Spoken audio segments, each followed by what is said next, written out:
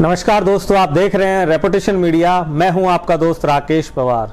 दोस्तों, reputation media के programme खास शख्सियत में आपका स्वागत है।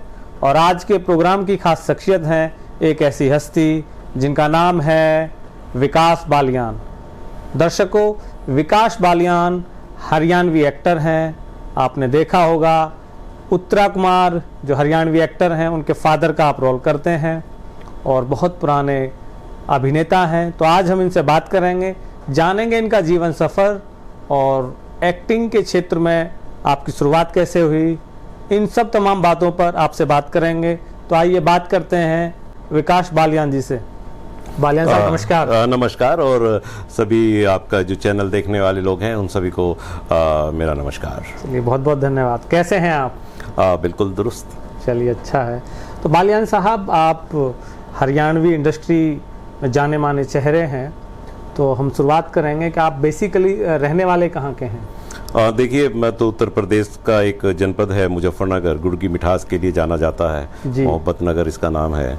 और इसी का एक बड़ा प्यारा सा गांव कुटबा, तो मैं वहीं से बिलोंग करता हूं और मुजफ्फरनगर शहर के अंदर ही मेरा निवास है। तो परिवार में कौन कौन लोग हैं आपके यहाँ? एक पूरा एक फैमिली रही है। हम 3 भाई और उनकी फैमिली, हमारे माता पिता, हमारी धर्मपत्नी, हमारा बेटा बेटी, दोनों बच्चों की शादी हुई। तो फिर दामाद भी हैं और पुत्रवधू भी है। तो फादर आपके क्या करते थे? फादर हमारे एडवोकेट थे और ये एक हमारा सौभाग्य भी रहा उस परिवार से जुड़ के कि जो एक एजुकेशन की तरफ बढ़ा हुआ परिवार था। उस समय जब आज़ादी नई नई मिली थी, तो हमारे फादर गांव से निकल के आए। फिर गांव से ही दूसरे व्यक्ति बने जो वकील बना, और गांव से ही दूसरे व्यक्ति बने जिन्होंने मुजफ्फरनगर में अपना आवास बनाया उस समय, क्योंकि पहला भी एक मकान था कुटबा गांव से, दूसरा हमारे फादर ने बनाया। और वो एडवोकेट रहे। 2022 में उनका निधन हो गया। और बड़ा उनका एक अलग तरीके का कैलेबर, एक अलग तरीके की शिक्षा दीक्षा उन्होंने हमें यही दी कि ईमानदारी से जीना। बड़ा एडवांटेज मतलब फादर का आपको? फादर का रहा, लेकिन सबसे बड़ा एडवांटेज ये था कि वो जो चीज़ें सिखा के गए उनमें सबसे बड़ी ईमानदारी थी। जी जी जी, बिल्कुल। ये तो सबसे बड़ी दौलत है कि हम लोग अपना जीवन ईमानदारी से काटें। जी। तो आप बहन भाइयों में कौन सा नंबर है आपका? मैं सबसे बड़ा था। जी जी। और उसके बाद मेरे 2 छोटे भाई। ओके। तो आपकी एजुकेशन मुजफ्फरनगर में ही हुई? हाँ, शिक्षा दीक्षा हमारी अच्छी जगह। फादर का हमारा, क्योंकि वो खुद एक एडवोकेट थे, तो उनका एम था कि मैं अपने बच्चों को बिल्कुल एक सोच के रखा हुआ था कि एक बड़ा तो इंजीनियर बनेगा। मेरे लिए था कि मैं इंजीनियर बनूंगा, मेरा मैथ अच्छा था। बीच वाले को सोचते थे वो डॉक्टर बनेगा, और सबसे छोटे वाले को कि वो बिजनेसमैन बनेगा। लेकिन तो समय है और चीज़ें हैं, स्थिति परिस्थितियाँ ऐसी होती हैं कि इंटर तक करने के बाद जिस राह पे हम लोग चल रहे थे, फिर वो रास्ते कुछ मंजिलें कुछ और थी, उस तरफ रास्ते मुड़ते चले गए। तो हमारे सारे जो सपने फादर के थे वो पूरे नहीं हुए। तो आपने एजुकेशन कहाँ तक ली? मैंने इंटर किया था, तभी कुछ ऐसा इंसिडेंट हुआ कि मुझे यहाँ से बहुत दूर 250-300 किलोमीटर दूर जाके पहाड़ों में जॉब करना पड़ा। और फिर वहीं जॉब करते करते मैंने पहले BA किया प्राइवेट, फिर मैंने LLB की। ओके। और जो छोटे भाई हैं आपके? एक हमारे बीच में जिन्हें फादर चाहते थे कि डॉक्टर बने, उन्होंने MBA वगैरह किया फिर बाद में। लेकिन उनका एक बार हम लोगों ने न्यूज़पेपर भी स्टार्ट किया था, तो एक दिन हार्ट फेल अचानक उन्हें हुआ, उनकी डेथ हो गई। और जो छोटे वाले थे उन्होंने अपना वो बिज़नेस में ध्यान दिया। वो फिर बिज़नेस में उच्च कोटि पे अपने आप को लेके गए और काफ़ी नाम और उन्होंने पैसा बिज़नेस के अंदर कमाया। तो आप लॉ करने के बाद फिर किस प्रोफेशन में आगे बढ़े, कैसे? और देखिए, मेरे साथ बहुत सारे हादसे हुए उस जो मेरा शुरू का दौर था। तो आपने LLB के बाद फिर किस प्रोफेशन में आप रहे? नहीं, मैंने LLB करने के बाद मैंने वकालत नहीं की थी, क्योंकि उसके लिए अलग रहता है कि पहले आपको बार काउंसिल का भी सदस्य होना पड़ता है। लेकिन मैं बिजनेस की तरफ ही मेरा ध्यान रहा। तो मैं बता रहा हूँ आपको, जब चला गया होटल के अंदर मैंने किया वहाँ पे, तो मैंने अपने लाइफ का जो एक कोई भी आदमी सीखता है, अनुभव पाता है, वो वहीं से पाया। जी। बड़े लोग कौन हैं, छोटे लोग कैसे हैं, छुआछूत क्या होती है, प्लेन हिल के झगड़े क्या हैं, और कैसे आपके सामने परिस्थितियाँ विपरीत बन जाती हैं। जिन लोगों को आप बड़ा आदर सत्कार भाव दे रहे हैं, होटल में फ्री कमरा दे रहे हैं, वही लोग समय रहते जब आपके ऊपर मुसीबत आती है कैसे भाग जाते हैं। तो होटल बड़ा था और टीना मुनीम, अनिल अंबानी और गुलशन कुमार, अनुराधा पौडवाल जैसे बड़े बड़े लोग आया करते थे, चंद्रमोहन। तो बहुत अच्छा मैंने वहाँ सीखा, घमंड भी देखा लोगों का कि किस तरह से लोगों में घमंड होता है, और ये भी देखा कि किस तरह से लोग प्यार बांटते हैं। जी। तो वहीं से आने के बाद फिर मैंने मुजफ्फरनगर वापस लौट आए। शादी के बाद फिर मैंने शादी कौन से ईयर में हुई आप? 1997 में मेरी शादी हुई, और वो भी अलग तरीके का था कि जैसे टिकैत साहब का एक था कि भाई 11 लोगों की शादी होनी चाहिए और 1 रुपये की शादी हो, तो मेरी बिल्कुल उसी प्रक्रिया में हुई थी। मुझको तो लड़की देखने के लिए जाना है ऐसा बोला गया था, लेकिन वहीं जाके अंगूठी भी पहना दी वहीं खरीद के तभी मंसूरपुर में, और उसी समय शादी होके और हम लोग वापस आए तो मेरी शादी हो चुकी थी। सबको बड़ा आश्चर्य हुआ कि कहीं ये लव मैरिज तो नहीं है, किस तरह से चीज़ें हैं। बहुत से मेरे दोस्तों के संबंध टूट गए कि भाई शादी कर ली, हमें लेके नहीं गया। तो बहुत सारी चीज़ें मेरे ज़िंदगी में जो भी चीज़ें हुई अचानक की हुई हैं। तो फिर वापस आए यहाँ, हमने फिर टिकैत साहब के साथ मिलके भारतीय किसान यूनियन में काम किया। राकेश टिकैत जी को फिर उनके साथ मिलके बीकेडी बनाई। फिर वहाँ कुछ मनमुटाव हुए, टिकैत साहब के सिर पे भी लाठी लगी, आंदोलन हुए बड़े बड़े, जेल भी गए हम लोग जी। और उसके बाद फिर सरदार वीएम सिंह के साथ गन्ना किसानों के लिए लड़ाई लड़ी। 55,000 करोड़ के करीब गन्ना किसानों का पेमेंट सरदार वीएम सिंह ने दिलवाया, उसमें हम भी साथ खड़े रहे। और फिर इसी तरह से सफ़र चलते रहे। फिर हम लोगों ने कंस्ट्रक्शन का काम करना शुरू कर दिया, और बनारस, नैमिषारण्य, सीतापुर, आपका चित्रकूट वगैरह जो डाकुओं का क्षेत्र माना जाता था, विपरीत परिस्थितियां होती थी हम जैसे लोगों के लिए वहाँ पे काम करना, क्योंकि कोई भी काम करने के लिए आता था उससे पैसे मांगे जाते थे।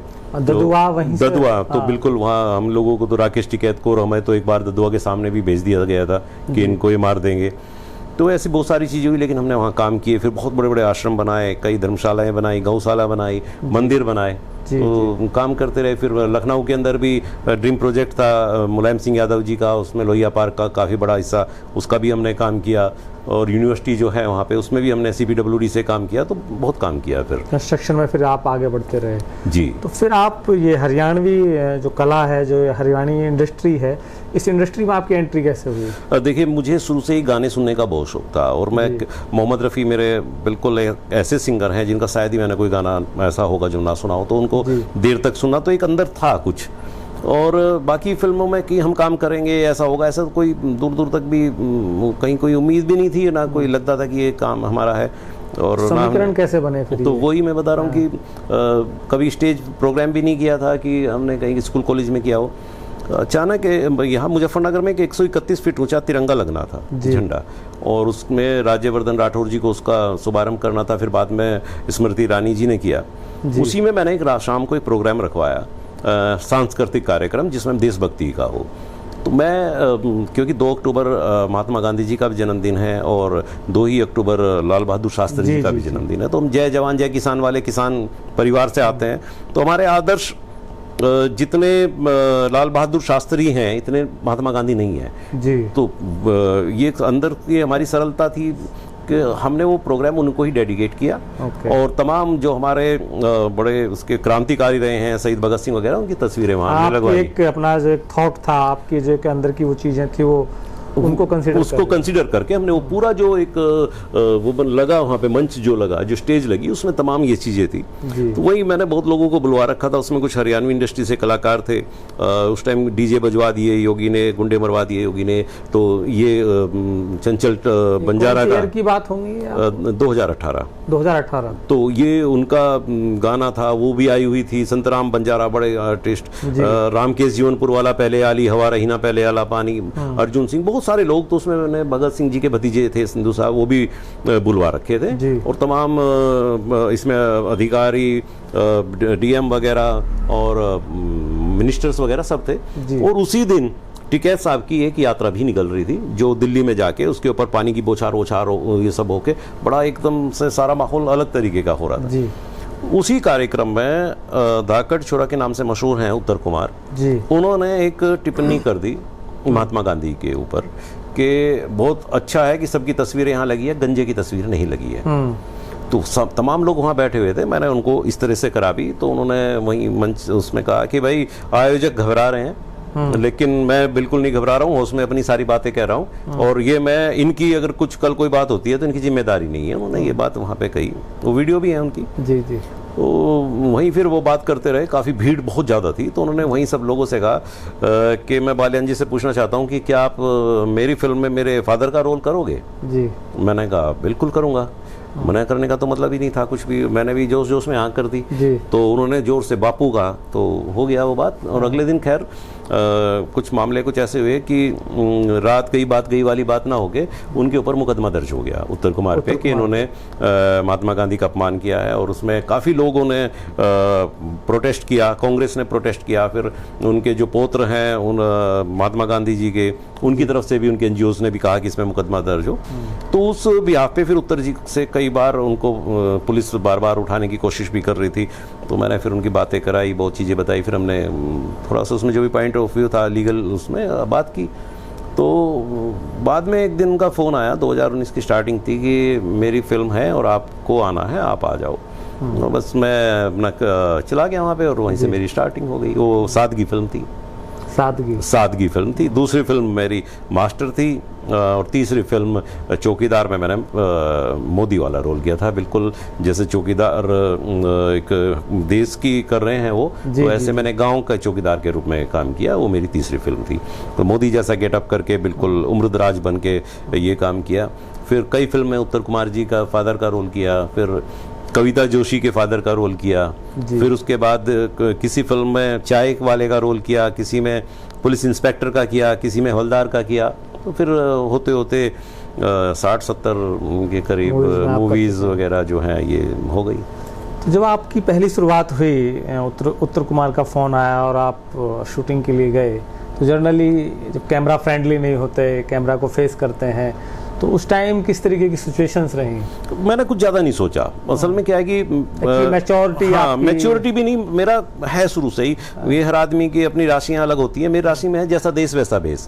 मुझे ये, मैं अपने बच्चों के साथ हूँ तो बिल्कुल वही है, फैमिली में हूँ फैमिली में, गुंडों में हूँ तो गुंडों जैसा ही हूँ, मैं पुलिस में हूँ तो पुलिस जैसा हूँ। मुझे जैसा देश हो जाता है वैसा भेष वैसा ही हो जाता हूँ, माहौल में ढल, माहौल में तत्काल। मुझे फिर ये नहीं कि पुरानी रिजेम्बलेंस, पुरानी यादें मुझे कुछ परेशान कर रही होंगी। मतलब एक्टर वाले गुण आपके अंदर हैं मुझे, हाँ, मैं कुछ सोच के बगैर वहां चला गया। बस मुझे था कि अच्छे कपड़े होने चाहिए फादर उसमें। और वहां जब मैं गया तो मेरा वो आशा के विपरीत चीज थी जी। उन्होंने कहा कि आप ये क्या कर रहे हो, ये तो ड्राई क्लीन के कपड़े आप ऐसे कर रहे हो। मेरा तो साधारण बाप होता है, तो आपको तो फिर उन कपड़ों को मिट्टी में करके, जो मैं इतना प्रेस व्रेस करा के उनको ले गया, ड्राई क्लीन करा के उनको फिर मिट्टी में किया, उनको फिर इस तरह से करके वो कपड़े कैरेक्टर के हिसाब से वो उसमें पहने।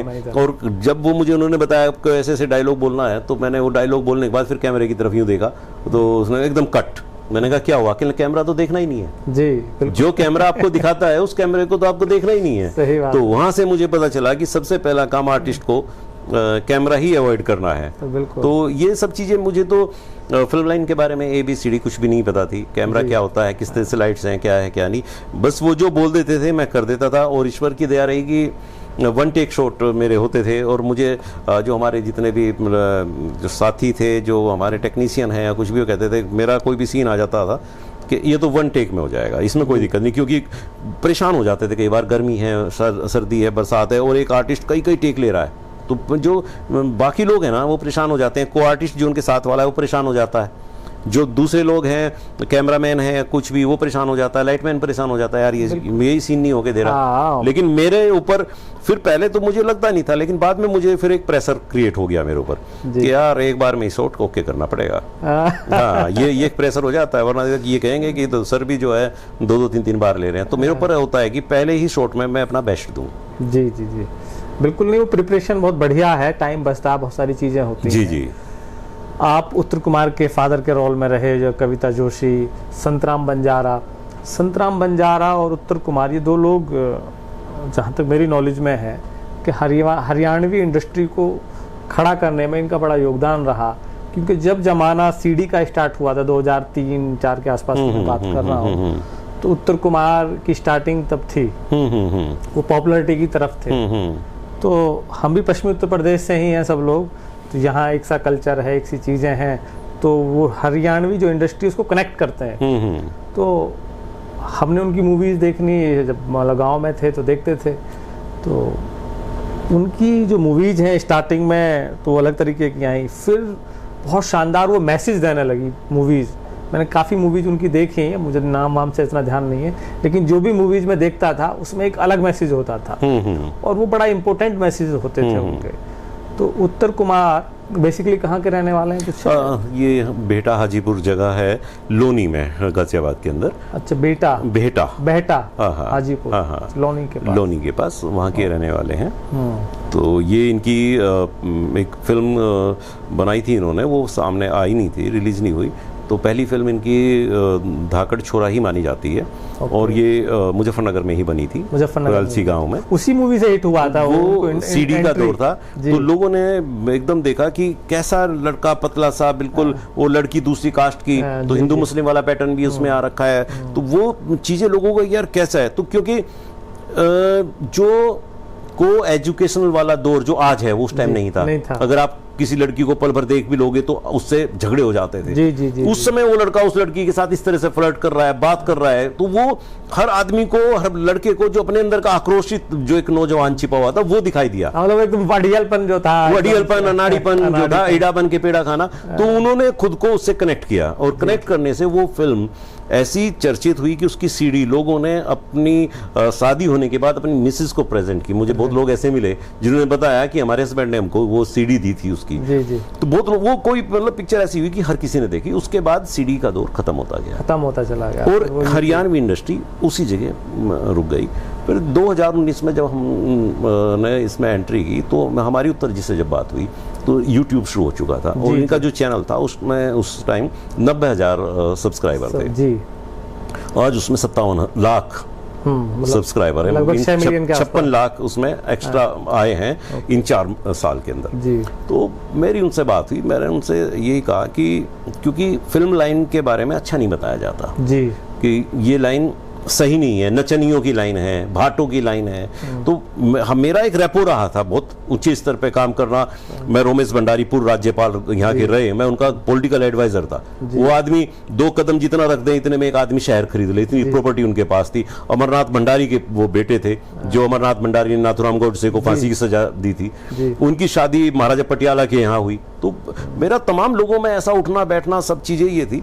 तो यहाँ एक ये लगता था कि यह मतलब कैसे तो कि यार कहीं मतलब आप अपने आप को डाउन तो नहीं कर जाओगे, कैटेगरी डाउन तो नहीं हो रही है। तो ये तो जब मैंने उनसे कहा, मैंने कहा जी देखो पिक्चरें हमने ABCD ग्रेड सारी आती थी। वाहियात फिल्में भी कुछ थिएटर ऐसे होते थे कि उधर को आप जाओगे तो उसमें गंदी ही फिल्में लगेंगी, तो B ग्रेड C ग्रेड की तो एक क्लास होती थी हर किसी की। तो मैंने कहा जी जब हम इसमें जा रहे हैं तो आप ना फिल्म ऐसी बनाओ जो कोई भाई अपनी बहन को वो फिल्म देखते हुए रोके ना, कम्युनिटी में मैसेज वो ये ना कहे अच्छा ये इनकी फिल्म देख रही है। तो मैंने कहा ऐसा होना चाहिए। उन्होंने कहा, उनकी बात समझ में, मैंने कहा देखो हम बिजनेस में आपको समझा रहा हूँ व्यापारिक दृष्टिकोण से। मान लो हमने इसके अंदर वल्गरिटी डाल दी, दुअर्थी संवाद डाल दिए, ऐसे आते हैं दादा कोड के वगैरह के, तो इससे क्या होगा ना कि एक क्लास हमारी हट जाएगी। जो लड़के हैं दूसरे हैं वो तो देखेंगे, बाकी भी छिप छिप के देखेंगे, ओपनली कोई नहीं देखेगा और हम बहुत बड़ा अपना बिजनेस का नुकसान करेंगे। आप ऐसी फिल्मों का बनाओ जिसमें एक भी गलत डायलॉग ना हो, गंदी कॉमेडी ना हो, ये हक दिया वो कर दिया जो ये टाइप की चीजें, मैंने कहा चीप नहीं होना चाहिए। आप खाना खाते हुए भी देख रहे हो कुछ भी, मैं थोड़ा सा ये चाह रहा हूँ। वो बात उनकी बात समझ में भी आई और फिर वही फिल्में हमारी बनी और उन हर फिल्म में फिर सबसे लास्ट में एक मैसेज होता था। ये मैंने नोट की ना ये चीज, ये मैंने नोट किया कि जो मूवीज हम पहले देखते थे और फिर बीच में जैसे कई बार क्या है ना, आप क्योंकि लैपटॉप पे आप देख रहे हैं कुछ न्यूज देख रहे हैं कुछ तो एक आध मूवीज वो उसमें आ गई। तो फिर मैंने 1-2 मूवीज देखी तो वो बड़ा मैसेजेबल लगी और बड़ा एक सुंदर लास्ट में उसमें यही रहता था। और वो मैसेज में मैं आपको बताऊंगा इसमें कुछ। तो क्या हुआ कि हमारे इसी बीच में किस्मत जब टकराती हैं और आपस में चीजें बढ़ती हैं, ये फिल्म इंडस्ट्री सबसे गरीब इंडस्ट्री थी जी। इस इंडस्ट्री के पास जो इसके नायक नायिका थे उनके पास अपने मतलब फ्लैट, अपने घर, अपनी गाड़ियां कुछ नहीं था। कपड़े भी ब्रांडेड नहीं होते थे, बिल्कुल ऐसे ही साधारण से ही करके, मतलब हैंड टू माउथ वाली स्थिति थी। छोटे-छोटे कैमरे से शूट कर कोई कर लिया और अपना ऐसा कर लिया कि आपके एक पैसे वाली चीजें आपके पास थी नहीं। कहीं से कहीं तक भी इस इंडस्ट्री में पैसा नहीं था कि भाई आप मेरे यहाँ शादी में आ जाना, आप इस फंक्शन में आ जाना तो मैं आपको इतना पेमेंट दूंगा। क्योंकि आप केवल एक फिल्म से नहीं कमाओगे, आप सेलिब्रिटी बनोगे तो आप किसी प्रोग्राम को अटेंड करोगे, उसका उद्घाटन करोगे, उसका पैसा लोगे, वही आपका अर्निंग है। ये इस इंडस्ट्री में नहीं था।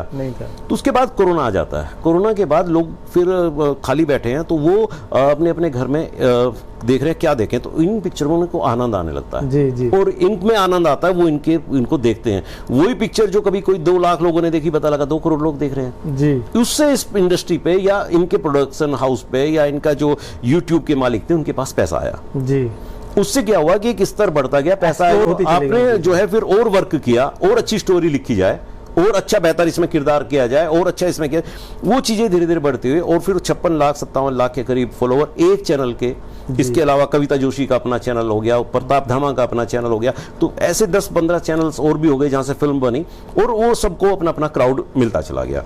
तो ये हमारा इसमें मैसेजेस क्या होते थे कि कोशिश की जाती थी कि एक गांव के लड़के लड़की की प्रेम कहानी ना हो जी। अगर उस गांव में ही हमें दोनों दिखाने हैं, तो लड़की को हम यही दिखाते थे कि ये अपनी बुआ के यहाँ या मामा के यहाँ या आई हुई है, बाहर से आई हुई है। बिल्कुल। दूसरा, हमने ये कोशिश की कि कोई फुअड़ता, नगनता, ये सब चीज ना दिखा के एक आदर्श दिखाएं कि लड़का भले बदमाश है, अड़ियल है, अनाड़ी है, बाहर मारता पीटता है, लेकिन अपने बाप से डरता है। अपनी माँ से पैसे मांग लेगा, बाप से नहीं वो कर पाएगा। माँ को पटा लेगा किसी भी तरीके से, और माँ अपने नालायक बिल्कुल निकट्टू बच्चे के लिए भी पूरा चीज करेगी। नहीं, आप परेशान करते हो, इसको खाना भी दो, ये भी दो, वो उसके लिए करते हैं। तो एक चीज दिखाई हमने, एक बॉन्डिंग्स जो होती हैं, रिश्तों की जो हो रही है, उसमें हमने खाट का सिरहाना कहाँ है, पात कहाँ है, वहां कहाँ बैठना चाहिए, ये चीज उसमें दिखाई। दूसरा, फिर हमने ये दिखाया कि हमने इसमें मर्डर नहीं दिखाए विलेन के जी। उसको एक पुलिस अरेस्टिंग कराई है, कुछ और बीमारी से मरता दिखाया कैसे, लेकिन हमने उसके मर्डर नहीं दिखाए। क्यों? क्योंकि ज्यादातर गांव की स्टोरीज हैं, गांव का मतलब परिवार हो गए आपस में ही।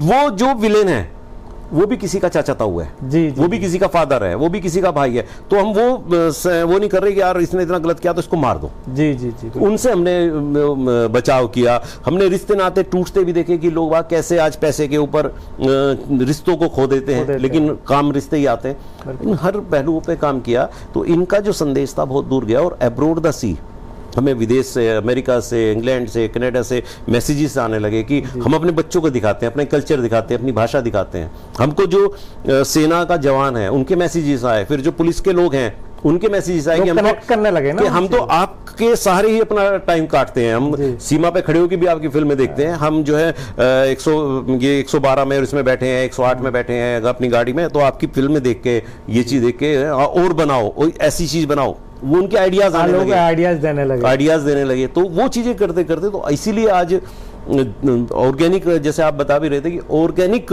चैनल्स हैं ज्यादातर, और लोगों को कनेक्ट कर रहे हैं। और यही है कि आज जब सब इतना कंपटीशन है, तब भी ये फिल्में 3 करोड़ 4 करोड़ 6 करोड़ व्यूवर्स तक के पास पहुंच रही है, और ये इंडस्ट्री पैसा कमा रही है। मैसेज बहुत शानदार है, लोग कनेक्ट करते हैं और लोगों को मजा आता है, क्योंकि कोई भी चीज ना जब डायरेक्ट कनेक्ट करेगी तभी आप उसको देख पाएंगे। बिल्कुल। तो जुड़ते हैं लोग उससे, बिल्कुल जुड़ते हैं। उनको लगता है कि हमारा अपनी ही आप बीती चल रही है। बिल्कुल है ना, अपनी ही आप बीती चल रही है। और मैं तो कहना भी चाहूंगा ये आपके चैनल के माध्यम से भी कि ज्यादा से ज्यादा लोगों को इस लाइन में आना चाहिए। जी जी जी। एज ए, सबसे पहले तो देखो, हर आदमी को सबसे आसान चीज लगती है एक्टिंग, कि मैं एक्टर बन जाऊं। बिल्कुल। और मैं ये कह रहा हूं कि एक्टिंग करके आपका चेहरा सबसे ज्यादा पहचाना जाता है, डिफिकल्ट वर्क है, पहचाना जाता है, और आपकी निजता खत्म हो जाती है। आप कहीं भी जाओगे लोग आपको पहचान लेंगे पब्लिक डोमेन में, तो आप जो है, और आपको सबसे कम प्राइस मिलता है, पैसा सबसे कम मिलेगा। बिल्कुल। आपसे ज्यादा एडिटर ले रहा है, आपसे ज्यादा पेमेंट जो है डायरेक्टर ले रहा है, संगीतकार ले रहा है, टेक्निकल लोग जो है वो अपना, और प्रोड्यूसर ले रहा है, जो एक पिक्चर में उसने 15 लाख रुपए लगाए और पता लगा 1 करोड़ रुपए का बिजनेस किया, उसने सीधे 85 लाख रुपए कमाए। जी जी जी। तो इस लाइन में सबसे पहले तो मैं उन लोगों को आमंत्रित करना चाहूंगा, उनसे कहूंगा जिनके पास पैसा है, कि उस पैसे से आप पैसा कमाना चाहते हैं, नंबर 1 में कमाना चाहते हैं, तो आप फिल्म की प्रोडक्शन जो लाइन है, इसमें एज प्रोड्यूसर, ऐसे निर्माता, आप इसके अंदर आगे आए। 15 लाख का, 20 लाख का, 10 लाख का बजट बनाए, उस बजट के अनुसार आर्टिस्ट ले, फिल्में बनाए और कमाएं, और जो आपके साथ जुड़ते हैं लोग, उनको भी आप इसके अंदर रोजगार दें। बिल्कुल। ये एक बहुत बड़ा 1600 करोड़ रुपए पंजाब इंडस्ट्री का टोटल जो टर्नओवर है, 1600 कुछ करोड़ रुपए का है। हरियाणवी इंडस्ट्री जो ज्यादातर गाने बनाती है और वो बहुत कम फिल्म बनाती है, 300 करोड़ का, मुझे परसों ही पता चला एक कार्यक्रम में कि 300 करोड़ का उनका टर्नओवर है जी। और हमारा अगर आप यहाँ का बात करें तो 2 करोड़ का भी नहीं पाएगा, 2 करोड़ का भी नहीं पाएगा, जबकि सबसे ज्यादा व्यूअरशिप है जी जी। क्योंकि यहाँ पे कम गिने चुने प्रोडक्शन हाउस हैं और वहीं उन्हीं के पास सारी कमाई जाती है। आर्टिस्ट को तो किसी को 2000 पर डे, किसी को 5000 पर डे, बस इस तरीके से एक दिहाड़ी मजदूर की तरह मिल गया है जी जी। और उसने कर लिया और मेन पैसा कुछ ही बंदों के पास रह जाता है जी जी जी। ये इतनी बड़ी लाइन है। एक भी फिल्म अगर आप बनाओगे, एक फिल्म बनाने का मतलब है कम से कम भी 100 से 150-200 लोगों को आप रोजगार दे रहे हो। बिल्कुल बिल्कुल बिल्कुल। नंबर एक तो आप उनको रोजगार दे रहे हो जी जी। और तो जितने ज्यादा प्रोडक्शन हाउस आएंगे, जितने ज्यादा तो एक तो रोजगार ज्यादा से ज्यादा मिलेगा बिल्कुल, और कमाई भी इसका बजट बढ़ना चाहिए। जब ज्यादा से ज्यादा एक्टर होंगे, ज्यादा से ज्यादा प्रोडक्शन हाउस होंगे तो उनको आर्टिस्ट को फिर पैसा भी अच्छा मिलेगा और वो फाइन जब चीजें दिखाते हैं उसमें थोड़ा सा और सुप्रेसी आती है। बिल्कुल, वो कंपटीशन आएगा जी जी। कंपटीशन आएगा, आप और बेहतर देने की कोशिश करेंगे। नकल नहीं होगी भाई, जो नकल होगी वो पिटेगी, जो असल होगी वो बिकेगी। तो ये चीजें हैं, कंटेंट ही है, कंटेंट कंसेप्ट आपका, दोनों चीजें बिल्कुल ऐसा होना चाहिए। बहुत बड़ा खुला समुद्र है, पूरा आसमान है। मैं इनवाइट करता हूँ लोगों को। इंडस्ट्री भी आ रही है, हाँ इंडस्ट्री आ रही है जो एशिया की, मतलब मैं कह रहा हूँ वर्ल्ड वाइड। लेकिन दुर्भाग्य है इसका, मैं आपको इसमें बताऊं, परसों एक हरियाणा के अंदर कार्यक्रम था, उसमें हरियाणवी कि भाई हम हरियाणवी हैं, जय हरियाणवी, तय हरियाणवी और हरियाणवी इंडस्ट्री। हम उत्तर प्रदेश से हैं, हमारी फिल्मों को 3-3, 4-4 करोड़ लोग देख रहे हैं, लेकिन हमारी इंडस्ट्री का नाम हरियाणवी उसको बोला जाता है। हमारी इंडस्ट्री का नाम भी हरियाणवी इंडस्ट्री। मतलब हम इतना बड़ा होने के बाद भी हमारी अपनी कोई पहचान नहीं है। हम अपने आप को आज भी रिकॉग्नाइज कहीं कराते हैं। मैंने उन लोगों को यही बोला कि आप अपना हरियाणवी जब जिक्र करते हो तो उसमें हमें एक अहम हिस्सा है हमारी। लेकिन यूपी के अंदर हम एक इतनी बड़ी इंडस्ट्री लेके आ रहे हैं और जिसमें हम बाहर से सब लोगों को बुला रहे हैं, उनसे कह रहे हैं कि हम आपको सब्सिडी देंगे, आप यहाँ पे आके करो। लेकिन दुर्भाग्य है हमारे पश्चिम उत्तर प्रदेश का, यहाँ के नेतृत्व का, यहाँ के जनप्रतिनिधियों का, कि आप इस इंडस्ट्री की बात करते हुए, जो आपकी बॉलीवुड है, जो आपकी देहाती इंडस्ट्री है, इसके लिए कोई स्कोप नहीं है, इससे कोई वार्ता नहीं है। इसको आपका एक भी जनप्रतिनिधि ऐसी आवाज नहीं उठा पाता ये कि योगी जी, वे लोग जो हमारी जहां पे आप बना रहे हैं, जो वहाँ के क्षेत्रीय लोग हैं, रीजनल लोग हैं, जो वहाँ की भाषा है, खड़ी बोली है, उनके लोगों को भी तो इनवाइट करके कोई बैठक करें। हाँ, इसमें जो मेरा पर्सनल थॉट है, जहाँ तक मेरी समझ है, एक्चुअल में ये हरियाणवी जो वर्ड है, इसका रीजन क्या है कि पश्चिमी उत्तर प्रदेश हरियाणा जो स्टेट है उससे बिल्कुल कनेक्ट है और एक दूसरे की रिश्तेदारियाँ भी हैं, रिलेशन भी हैं। मैं मुंबई में था अभी, मतलब 4-5 साल पहले, लॉकडाउन से पहले मैं करीब 2 साल 3 साल मुंबई में था। तो जब मैं वहाँ बोलता था तो वहाँ लोग कहते थे कि ये हरियाणा से है। मैंने 1-2 बार तो उसको इग्नोर किया। फिर मैंने एक दिन पूछा, मन कहा यार मैं पश्चिमी उत्तर प्रदेश से हूँ, मेरा बुलंदशहर डिस्ट्रिक्ट है और मैं ग्रेटर नोएडा में रहता हूँ, आप मुझे हरियाणवी कैसे बोल रहे हैं? बोले नहीं, आपकी आवाज़ हरियाणवी जैसी है। तो उसका कंसर्न ये है कि हम लोग थोड़ा कनेक्ट तो करते हैं हरियाणा से। वो दूसरा पहलू हो गया। हाँ। हमारी जो खड़ी बोली है वो आसपास में होगी, लेकिन मेरा कहने का जो तात्पर्य है ना वो अलग है। हमारा कहने का तात्पर्य है कि हमारी फिल्म हरियाणवी इसलिए कहलाई जाती है क्योंकि हमारे पास कोई पश्चिमी उत्तर प्रदेश का फिल्म बोर्ड नहीं है। हमारी फिल्मों को जो सेंसर किया जाता था या सेंसर का सर्टिफिकेट हम लेते थे वो हरियाणा से लेना पड़ता है। हरियाणा फिल्म बोर्ड तो है, यूपी का आपका गढ़ ये ब्रज का आ जाएगा, इसके बाद फिर आपका इनका जो ये भोजपुरी आ जाएगा, लेकिन हमारा नहीं है ना। आपका यूपी के अंदर अगर कोई रीजनल फिल्म सिनेमा के लिए कोई बजट आता है, सब्सिडीज आती हैं, तो भोजपुरी में चली जाती हैं, अवध में चली जाती हैं, ब्रज में चली जाती हैं। हमारे लिए तो 1 रुपए की भी सब्सिडी नहीं है। तो हमारी जो सबसे ज्यादा देखी जाने वाली फिल्म इंडस्ट्री जो है, ना तो इसका कोई नाम है, ना इसका कहीं कोई नेतृत्व है, ना ही इसके लिए कोई जमीन है, ना ही इसका कोई जागीरदार, ना ही इसका कोई पैरोकार। नहीं, इसकी पैरोकारी कराएंगे, ये यहाँ सेंसर बोर्ड बनना चाहिए। मैं यही तो कह रहा हूँ कि अभी आप फिल्म सिटी का कह रहे हैं, फिल्म सिटी आ रही है, इसमें होटल्स आएंगे, इसमें आएंगे। अरे आप जो यहाँ के रीजनल लैंग्वेज है, जो खड़ी बोली है, जो यहाँ पे कोरवी बोली जिसको बोला जाता था, उसके उत्थान के लिए आप कोई तो एक सेगमेंट बना दो, आप इस इंडस्ट्री को मोलीवुड, टॉलीवुड, कुछ तो नाम दे दो। कुछ भी नाम आप दे सकते हैं, उत्तर प्रदेश फिल्म सिटी का भी नाम हो सकता है। अब देहाती फिल्म नहीं, आप देहाती फिल्म दे दो ना, कि देहाती फिल्म ही होगी, क्योंकि आपने जो भी बजट यहाँ पे आता है, जो सब्सिडी यहाँ पे आती है, जो फिल्म उद्योग बनता है, जो उसके मेंबर्स बनते हैं, वो सब उधर से बन जाएंगे। जी जी जी जी। हमारे हिस्से में क्या है भाई, पश्चिमी उत्तर प्रदेश में हम लोगों को उधारी पे काम करना पड़ रहा है, क्योंकि जैसे कि लखनऊ और इलाहाबाद में ज्यादा दूरी नहीं है, लेकिन हाई कोर्ट भी वही है, हाई कोर्ट की बेंच भी वही है, हमारे यहाँ नहीं है। ऐसे ही फिल्म सिटी की बात करें या कुछ भी बात करेंगे तो सब कुछ वहीं पे है। इलाहाबाद भी हो गया, पूरा नाट्य संस्थान वगैरह, लखनऊ भी हो गया, सारी चीजें हैं। फिल्म सिटी ऑलरेडी वहां पे सहारा ने बनाई हुई थी। जी जी जी। आपने इधर कुछ भी नहीं किया, और अगर एक फिल्म सिटी यहाँ बनाने लगे तो आप हमें इग्नोर कर रहे हो। यार हमारी इस इंडस्ट्री का भी नाम ले दो ना, देहाती नाम ले दो, कुछ भी, इसका भी एक सेंसर बोर्ड बना दो, इसका फिल्म उद्योग बना दो, इसका बंधु कुछ तो बनाओ, और उसमें कहो कि भाई आपको जो ये फिल्म बना रहे हो, क्योंकि इसमें एक चर्चा इसमें करूंगा अभी मैं कि हर जगह कोई भी चीजें बनती है, एक संगठन बनता है जी। वो संगठन इसलिए बनता है ताकि उस जगह काम करने वाले लोगों का ना तो वो काम करने वाली यूनिट शोषण कर सके, ना ही बाहर के लोग उसका शोषण कर सके। एसोसिएशन बनती है जी। फिल्म एसोसिएशन अगर बनेगी तो अगर हम एक आदमी को 500 रुपए दे रहे हैं तो कम से कम उसे हमें 5000 रुपए देने पड़ेंगे। तो कम से कम उसका अहित नहीं होगा। एक आदमी जो आज 85 लाख रुपए कमा रहा है वो उस 500 वालों को भी 5000 देगा। बिल्कुल, जैसे मुंबई में एसोसिएशन जैसे एसोसिएशन बनती है, तो हमारी एक एसोसिएशन बननी चाहिए ना। आपने तो कुछ लोगों के हाथ में दे दिया कि भाई ये प्रोडक्शन है इनका किस तरह। दूसरा, कोई भी लाइन है उसके अंदर एक शोषण होता है, और ये फिल्म लाइन लड़कियों के लिए शोषण का सबसे बदसूरत उदाहरण है। जी जी जी। क्योंकि यहाँ आवाज नहीं उठती। मैंने बहुत लोगों से कई बार कहा कि इंडस्ट्री में ऐसे ऐसे लड़कियों के साथ होता है, तो उन लोगों की एक मंशा में जो था, एक नियत नीति, उनका जो उनका प्रेस्क्रिप्शन या उनका अंदर से जो एक भावना है वो ये कि यार ये तो इंडस्ट्री है, इसमें तो चलेगा ही जी। ऐसा बना रखा है कि हाँ अगर लड़की का वहां शोषण हो रहा है, वहां पे हो रहा है, तो हाँ होगा ही, वो तो इंडस्ट्री है, फिल्म इंडस्ट्री यार, वहां तो होता ही है। तो ये क्यों होता है? मतलब कैजुअली एक्सेप्ट कर लिया, वो एक्सेप्ट कर चुके।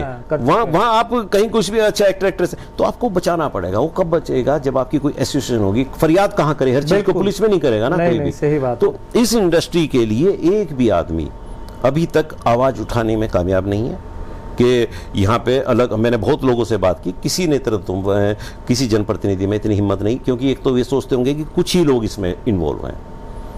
ऐसा नहीं है, वो दिख आपको कुछ लोग रहे हैं, लेकिन उसके पीछे बहुत लोग हैं। नहीं, अब एक तो कहावत है ना जी, लड़े फौज नाम सरदार का। हाँ। तो सरदार तो वो एक ही है, पूरी फौज लड़ रही है।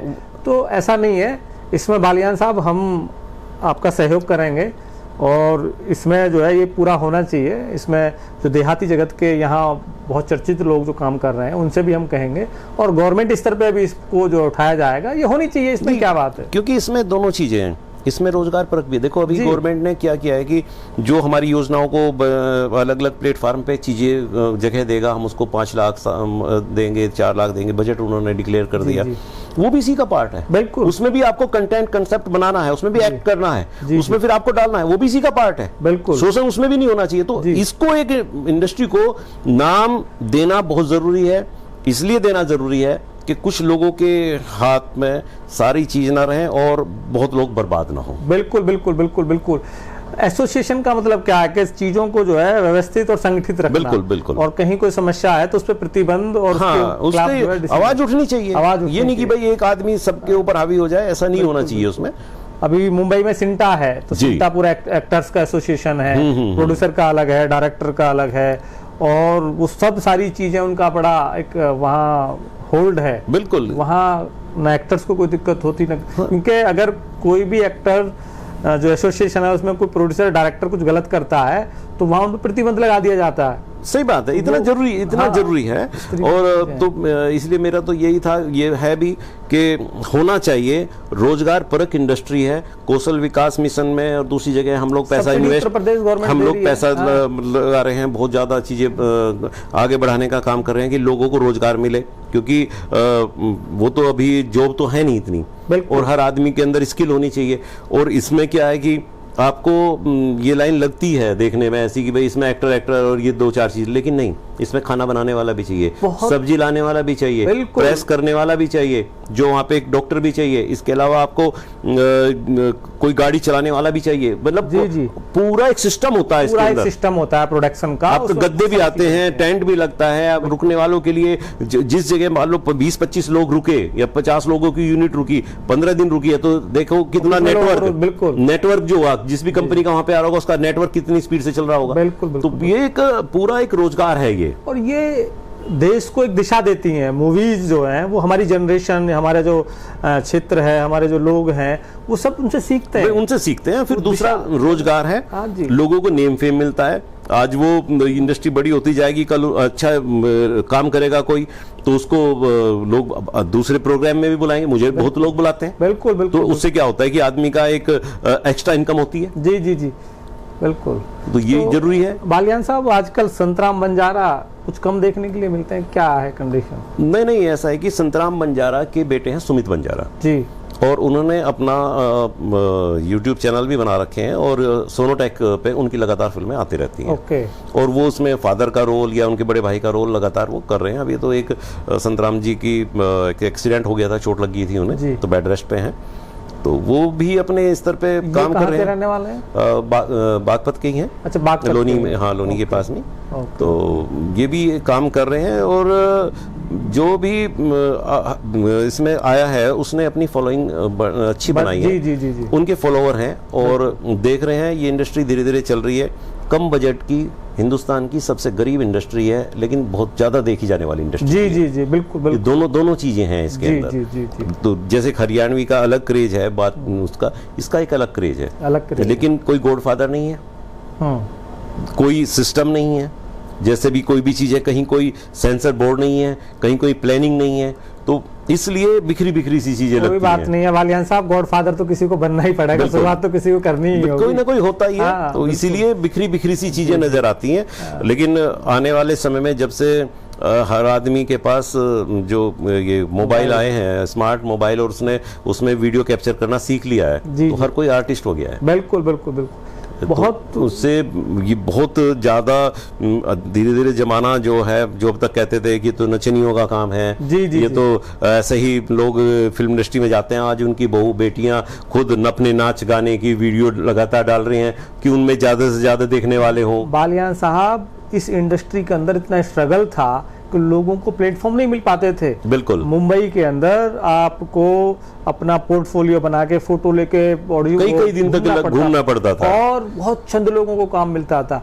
आज के टाइम में जो डिजिटल और सोशल मीडिया आया है, इसमें जो लोगों की प्रतिभाएं थी उनको दिखाने का एक ऐसा मौका मिला है। बिल्कुल। पूरा एकदम एक्सप्लोर हो गया। बिल्कुल। इतने OTT प्लेटफॉर्म आ गए हैं, इतनी चीजें आई हैं, बल्कि वेब सीरीज का जो दौर है, वेब सीरीज है, कई बार तो बल्कि ऐसा हो जाता है, मेरे पास तो लोग मिलने के लिए आते हैं बहुत लोग कि सर प्लीज हमारी भी हेल्प कीजिए। मैंने कहा किस लिए, कि मेरा भी YouTube चैनल है। तो मैंने देख रहा हूँ कि लोगों में एक जिज्ञासा है कि हाँ यार तुम भी कुछ कर सकते हो। मैंने कहा बताओ मैं तुम्हारी क्या सपोर्ट करूँ कि सर ऐसे कर दो आप हमारे लिए, एक फोटो ही खिंचा लो या मैंने कहा मेरा क्या जा रहा है, ठीक है भाई तुम डालो, ये भी हो सकता है 2 आदमी 4 आदमी 10 आदमी तुम्हारे सब्सक्राइब बढ़ जाए कुछ भी। तो लोगों में है और टैलेंट है, छिपा नहीं करता। कंटेंट अच्छे होने चाहिए, कंसेप्ट अच्छा होना चाहिए, आप आगे बढ़ोगे और पैसा मिलेगा भी। सरकार नहीं अब तो ले आए। बिल्कुल। बालियान साहब, जो देहाती जगत के लोग आपको देखते हैं, आपकी मूवीज देखते हैं, उनके लिए आप क्या मैसेज देना चाहेंगे? देखो, मैं बिल्कुल एक अलग तरीके का व्यक्ति हूँ। जैसे मैं फिल्मों में कई किरदार निभाता हूँ और मेरी एक खास बात ये भी है, मैं पहले स्टोरी भी नहीं जानता, पढ़ता भी नहीं हूँ, ना उसके बारे में ज़्यादा, ना मुझे मेरे डायलॉग पता होते। जब सीन हो रहा होता है तभी मुझे वो डायलॉग मैं देखता हूँ 1-2 मिनट और फिर करके कैसे उसमें करना है कर लेता हूँ। तो हर फिल्म के अंदर अलग किरदार होता है। तो आप अपनी लाइफ को बिल्कुल एक सेट लाइन दे के चलना, जो एक सोचते हैं कि भाई हमने एक लाइन दे दी, एक सेट लाइन दे दी, हमें इस पे ही चलना है, और वो सेट लाइन से थोड़ा भी इधर उधर हो जाते हैं तो टूट जाते हैं और उन्हें लगता है कि अब सब कुछ बिखर गया, सब कुछ बर्बाद हो गया। तो मेरा यही कहना है कि जैसे मैं लगातार फिल्मों में किरदार निभाता हूँ, ऐसे ही ज़िंदगी के किरदार होते हैं। हर समय कभी भी हल्की सी कोई भी लाइन आपको इधर उधर दाएं बाएं कर सकती है, उससे विचलित नहीं होना, उससे घबराना नहीं है। फिर सामने कोई और नई मंजिल आपका इंतजार कर रही होगी, फिर उसका लुत्फ लो, उसका आनंद लो, फिर नई मंजिल की तरफ बढ़ चलो। कोई एक चीज़ छूट गई, कोई एक साथी रूठ गया, कोई आपसे बिछड़ गया, कोई बस वहीं अपनी ज़िंदगी को एंड मत मानो। ज़िंदगी के बहुत सारे रंग हैं और हर समय आपको कुछ ना कुछ ये ज़िंदगी देती रहेगी। इसका आनंद लेते रहो, बस हिम्मत नहीं हारना, बढ़ते चले जाओ। जो कुछ है ईश्वर का है, जो कुछ वो आपसे करा रहा है वही करा रहा है। किसी चीज़ की गिलानी मत करो, अपराध करना मत। ये चीज़ जानते बूझते कि जी वही करा रहा है, मैं मार दूं एक पंछी को या अपराध मत करना। और जो भी आपसे बेस्ट से बेस्ट हो सके तो वो करते चले जाओ। विचलित नहीं होना है कि भाई मैं तो 3 साल इतनी मेहनत की है, बहुत ज़्यादा इतने घर वालों के पैसे बर्बाद कर दिए, बादाम खाए, दूध पिया और मैं यूपी पुलिस में नहीं आ पाया, जवान नहीं हो पाया, मेरी तो ज़िंदगी बर्बाद होगी, मैं तो नशा लेने लगूँ, मैं तो अब इंजेक्शन लेने लगूँ और शराब पीने लगूँ और अपने घर वालों को परेशान करने लगूँ। तो ऐसा ना करके फिर नया रास्ता देखना, कुछ और कुछ मिलेगा, उसमें फेल हो जाओगे, फिर और कुछ मिलेगा। तो अभाव के अंदर रह के जो कुछ भी आप पा सकते हो उसी का आनंद है। और खूब आपके पास चीज़ें हैं, खूब बहुत सारी चीज़ें, वहाँ पे से आपको कोई कुछ दे दे तो आपको कोई आनंद नहीं आने वाला है। तो इसलिए अब पाने की कोशिश करो, फेल हो रहे हो फिर पाने की कोशिश करो तो मज़ा आएगा। कहो यार हाँ साला फेल हो गया इस बार, यार कोई बात नहीं, अब की करके दिखाऊंगा। तो अपने आप से वायदा करो, अपने आप से ही जीतना है, अपने आप से ही लड़ना है। ये मेरा संदेश है आपके चैनल के माध्यम से। चलिए साहब, बहुत अच्छा संदेश आपने दिया। दर्शकों, बालियान साहब का कहना है कि ज़िंदगी में परिस्थिति कोई भी हो, हिम्मत नहीं हारनी है, क्योंकि जो आदमी संघर्ष नहीं करता वो निखरता नहीं है। जीवन में संघर्ष आपको निखारता है, आपको एक ऐसे स्तर पर ले जाता है जिसकी कल्पना आप लोग नहीं कर पाते। इसलिए किसी भी परिस्थिति में हो हमेशा लड़ते रहिए, बिल्कुल निराश होने की ज़रूरत नहीं है, क्योंकि समय और परिस्थितियाँ समय समय पर बदलती रहती हैं, कभी एक सी नहीं रहती। बालियान साहब, हमारा जो चैनल है रेपुटेशन मीडिया, उसके लिए कोई मैसेज देना चाहेंगे आप? हाँ, मैं देखिए दोनों, मैंने अभी अपने कैमरामैन को भी देखा है और आपने तो अपने एंकर को भी देखा है, बहुत मेहनत कर रहे हैं और लाजवाब इंटरव्यू लिया है। 1 टेक इंटरव्यू है, बीच में कटपेश कुछ नहीं है। तो रेपुटेशन मीडिया नाम है ना? तो रेपुटेशन मीडिया को आप लोग सब्सक्राइब भी कीजिएगा और जो वीडियो पहली हैं वो भी देखिएगा और इनका हौसला भी बढ़ाइएगा, क्योंकि आज मेरा इंटरव्यू ले रहे हैं, कल के हो सकता है कि आपका भी इंटरव्यू ले। ये चैनल जो है बढ़ाओ और इनसे जैसे बताया था कि हमारी फिल्में कुछ ना कुछ सिखाती हैं, दिखाती हैं, बताती हैं, तो चैनल भी कुछ ना कुछ सिखाता है और बताता है। इसको फॉलो करो, सब्सक्राइब करो, शेयर करो और लोगों को भी बताओ। चलिए साहब, बहुत थैंक यू। कविता जोशी आजकल आपकी जो इंडस्ट्री है देहाती, उसमें बड़ी पॉपुलर हैं, तो ये तो यूपी ईस्ट से होंगी जहाँ तक मेरा ख्याल है। कविता जोशी पहाड़ की लड़की है, कुमाऊं से है, वो नैनीताल के पास। जी रुद्रपुर, उत्तराखंड में ही, रुद्रपुर से। वो फादर कहती है मुझे, फादर का ही मान सम्मान उसने दिया है हमेशा। और मैं इस इंडस्ट्री का ऐसा खुशनसीब एक व्यक्ति हूँ कि आपको रिश्ते जब मिलते हैं, चाचा, ताऊ, भैया, भाभी, बहुत तरह के रिश्ते मिलते हैं। पिता का रिश्ता नहीं मिलता, कोई किसी को बहुत आसानी से पिता नहीं बोलता। और मुझे लगभग कोई 50, 100, 200 नहीं, हजारों लोग पापा जी, पिताजी, डैडी जी बोलते हैं। उनमें बहुत सी महिलाएं तो ऐसी भी हैं जो उम्र में शायद मुझसे 1-2 साल बड़ी भी हों, लेकिन उन्हें लगता है कि हमने अपने फादर को देखा ही नहीं, बचपन में ही खो दिया, तो काश हमारे फादर होते तो आप जैसे होते। तो वो इस तरीके का मेरे ऊपर जो एक वो करते हैं। तो ये मैंने बहुत बड़ी कमाई की है और बहुत फैमिलीज मैंने ऐसी देखी हैं जिन्होंने कहा कि सर अगर आप जा रहे हैं तो हम अपनी बेटी को उस फिल्म में भेज सकते हैं, आपके जो है सानिध्य में भेज सकते हैं, वरना तो हम। उन्होंने जो विश्वास किया है मेरे ऊपर, मेरी सबसे बड़ी कमाई यही है। और हर आदमी को जिंदगी में अपना विश्वास कमा के रखना चाहिए। और बहुत गंदे और नालायक लोग हैं वो जो किसी का विश्वास तोड़ते हैं। बिल्कुल सही बात है, विश्वास ही लाइफ में सबसे बड़ी चीज है। अगर वही टूट जाता है तो फिर बचता कुछ है नहीं। जी, विश्वास कभी नहीं तोड़ना चाहिए। इसके लिए मैं एक छोटी सी आपको इसमें एक बताऊं। एक बार एक फकीर थे, उन फकीर के पास एक बहुत विशाल, बहुत तेज दौड़ने वाला घोड़ा था जी। वो तो उसकी चर्चा बहुत दूर दूर तक, सफेद घोड़ा। वहीं एक डाकू भी था जी, उसकी निगाह उस घोड़े पे थी और वो चाहता था कि मैं इस घोड़े को इनसे ले लूं, लेकिन उसकी कोशिश कामयाब नहीं हो रही थी जी। एक दिन वो महात्मा जी अपने घोड़े पे बैठ के जा रहे थे, उन्हें एक भिखारी मिला, कोढ़ी। तो उन्होंने उसे देखा, घोड़ा रोक लिया कि भाई कैसे क्या आगे जाना है। तो वो उतरे, उन्होंने उसे ऊपर बैठाया। ऊपर बैठते उसने एकदम से अपना लबादा फेंका, लात मारी और दौड़ा दिया घोड़ा। देखा वो डाकू था। तो गुरुजी ने उसे जो है, फकीर साहब ने एकदम से कहा, आवाज़ लगाई, रुक। उसने कहा मैं रुकूंगा, ये कुछ भी हो, अब ये घोड़ा तो तेरे हाथ से गया हो तो तू तड़ाक करके बोला। तो उसने कहा कि नहीं, मैं तेरे से कुछ मांग रहा हूँ, तू मुझे वो दे दे। कहने घोड़ा तो नहीं दूंगा, बाकी मांग। क्या बस मैं तेरे से ये मांग रहा हूँ, किसी को ये मत बताना कि मैंने किस तरीके से छल करके घोड़ा छीना है, वरना कल कोई भी किसी दुखी के, असहाय की, पीड़ित जो होगा उसकी मदद नहीं करेगा। तो विश्वास जो होता है ये सबसे बड़ी चीज है। बिल्कुल। और विश्वास नहीं तोड़ना चाहिए। आप कह दो किसी भी चीज को, धोखा देना जो होता है, विश्वास, ये ईश्वर भी इसको जो है माफ नहीं करता। ये सबसे बड़ा पाप होता है कि विश्वास में लेके आप किसी के साथ गद्दारी करें। विश्वासघात है, आपको विश्वास नहीं तोड़ना चाहिए। चाहे आप, विश्वास आपके माता पिता का ही है आपके प्रति, आप नहीं पढ़ पा रहे तो मत पढ़ो जी, लेकिन उनका विश्वास मत तोड़ो, स्पष्ट बता दो। उनकी आकांक्षाएं हैं, उनकी सपने हैं। हाँ। जब वो नहीं होते तो उनको बड़ा कष्ट होता है। और इंटरनली आदमी वो बोलता नहीं है, लेकिन उस चीज को अंदर ही अंदर वो कहता कि यार ये तो इसने गलत किया। ह्यूमन बीइंग, ह्यूमन नेचर, एक ह्यूमैनिटी के अंदर, मतलब इंसानियत, और इसमें जितने भी तमाम सब है उसमें इंसान ही एक ऐसा है जो अपने बुद्धि बल से चीजों को समझता है। और उसमें सबसे बड़ी चीज उसका जो है वो भाव है। जब भाव आया उड़ने का, तभी तो उसने हवाई जहाज या कोई चीज बनाई ना। बिल्कुल। तो उसकी भावनाओं से खेल लेना, उसकी उस चीज से, उसको आप तोड़ देते हो। आप अगर किसी व्यक्ति की भावनाओं से खेल के, झूठ फरेब करके और उसे तोड़ते हो ना, वो सबसे बड़ा, मतलब आप एक आदमी को ही दुनिया से खत्म कर रहे हैं। वो आदमी टूट जाता है, वो टूटता है। और किसी का विश्वास नहीं कर पाता। किसी का टूटना क्या है, धोखा खाना क्या है, विश्वास क्या है, ये बहुत बहुत बड़ी पीड़ा है। तो बहुत आसान है जीना। अगर आप इस एक लाइन में और बताऊंगा आपको इसमें, कि इतना आसान जीना है अगर आप भविष्य के बारे में, जो अपनी अगली 7 पीढ़ियां हैं उनके बारे तक में सोच के कमाना छोड़ दो। बिल्कुल सही बात है। मैं सबसे ये बात कहता हूं, यार पूत कपूत तो क्यों धन सींचे। बिल्कुल। पूत सपूत तो क्यों धन सींचे। तो अगर हमारे अंदर यह है, यार मैंने एक पीढ़ी तो है, मेरा बेटा है, इसके लिए तो कमा दिया, पोते होंगे उसके लिए भी कमा दो, उसके लिए भी कमा दो, उसमें जो व्यर्थ लगा हुआ है। मैं उन्हें सिर्फ ये बात बता रहा हूं और कहना भी चाहता हूं, सब मंचों से कहता हूं, मुझे भगवान प्रभु श्री राम, भगवान प्रभु श्री कृष्ण जी, सिर्फ इन 2 जो परमात्मा हुए हैं, जो उसका अंश हुए हैं, जो अवतार हुए हैं, इनकी पीढ़ियों के बारे में बता दो। बिल्कुल।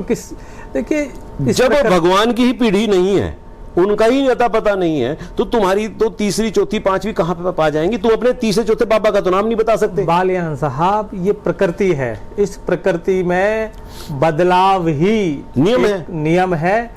इस प्रकृति में सारी चीजें बदलती रहती हैं समय समय पर, वो बदलेंगी। और आपने जो कहा, पूत सपूत क्यों धन संचय, पूत कपूत क्यों धन संचय, यही कहावत है कि जो सपूत होगा अपने आप कमा लेगा, कपूत होगा खुद देगा, कितना ही जोड़ लो सब उड़ा देगा। कितने उदाहरण हमारे आपके सामने हैं। बिल्कुल। लेकिन ये सब जो काल है, काल, प्रकृति में काल का प्रभाव ज्यादा है और उसी से ही सारी चीजें होती हैं।